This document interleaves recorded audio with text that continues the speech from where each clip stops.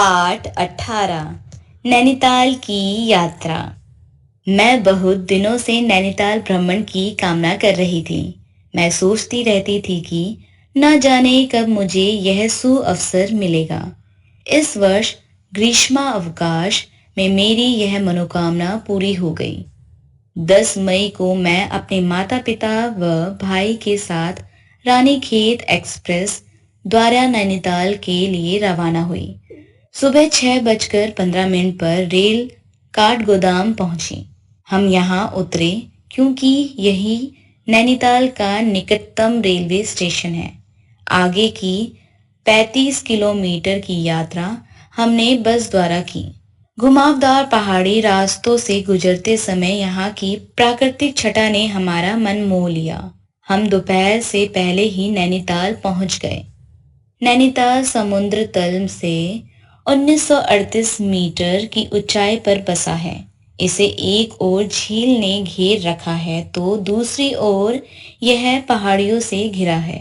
इस स्थान की खोज सन 1841 में पहली बार पी बैरन नामक अंग्रेज ने की थी।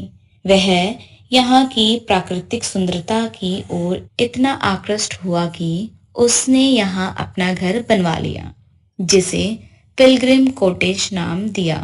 धीरे धीरे शहर का विकास हुआ। हम माल रोड पर एक होटल में ठहरे। माल रोड नैनीताल शहर के बीचों बीच स्थित नैनी झील के दो छोरों को जोड़ने वाली सड़क है। इसके ऊपर के घेर को तल्ली ताल तथा निचले छोर को मिल्ली ताल के नाम से जाना जाता है। हमने झील में नौका विहार का आनंद लिया। माल रोड पर पैदल घूमने का अपना अलग ही मजा है। हम यहाँ रात के भोजन के बाद टहलने निकले तो देखा सड़कों पर्यटक टहलने का आनंद ले रहे हैं। अगले दिन हम यहाँ की सबसे ऊंची पहाड़ी नैनी पीक देखने के लिए गए। यह शहर से 6 किलोमीटर दूर है। 2610 मीटर ऊंचाई इस चोटी से हिमालय की बर्फ से ढकी चोटियों और शहर के खूबसूरत दृश्यों ने हमारा मन मोह लिया। दोपहर के खाने के बाद हम हनुमानगढ़ी गए। यहाँ मंदिर के दर्शन के साथ साथ सूर्यास्त का सुंदर दृश्य भी देखा।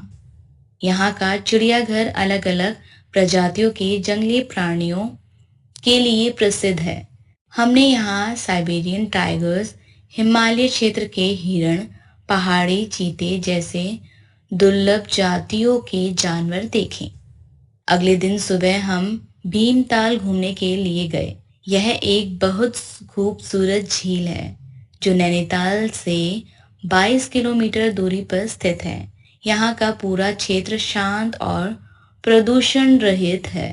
इस ताल का नाम पांडवों के एक भाई भीम और उसकी पत्नी हिडंबा की कथा के आधार पर रखा गया है। वहाँ का मुख्य आकर्षण है पत्ते जैसी हरे रंग की झील, जहाँ घोड़े पर बैठकर झील का चक्कर लगाने और झील में नौका की सैर करने के आनंद को कभी नहीं भुलाया जा सकता है। यहाँ के सुहावने मौसम के कारण घूमने का आनंद चौगुना हो जाता है। जब वर्षा की फुहार मौसम में ठंडक ला देती है तो हल्के गर्म वस्त्र पहनकर घूमने का एक अपना ही मजा है। यहाँ के लोग कुमाऊनी और हिंदी भाषा बोलते हैं, परंतु पर्यटकों के पर्याप्त संख्या में आने के कारण अंग्रेजी भाषा बोलने का भी चलन है। यहाँ के प्राकृतिक सौंदर्य और सुहावने मौसम के आनंद में एक सप्ताह कैसे बीत गया पता ही नहीं चला। हम वहां से 17 मई को दिल्ली वापस आ गए, परंतु वहां के दृश्य मुझे सदैव स्मरण रहेंगे और मेरा मन फिर से वहां जाने के लिए लालायित रहेगा। पढ़े और समझे। भ्रमण घूमना फिरना। आकृष्ट खींचा हुआ, प्रभावित हुआ। पर्यटक दूसरे स्थान में घूमने वाला, प्रदूषण रहित जो गंदा ना हो। नौका विहार, नाव से की जाने वाली सैर। मनोकामना, मन की इच्छा। छोर, किनारा, सूर्यास्त, सूरज का छिपना, आकर्षण, खिंचाव, लालायित, ललचाया हुआ। एक समानार्थक शब्द पर सही लगाइए।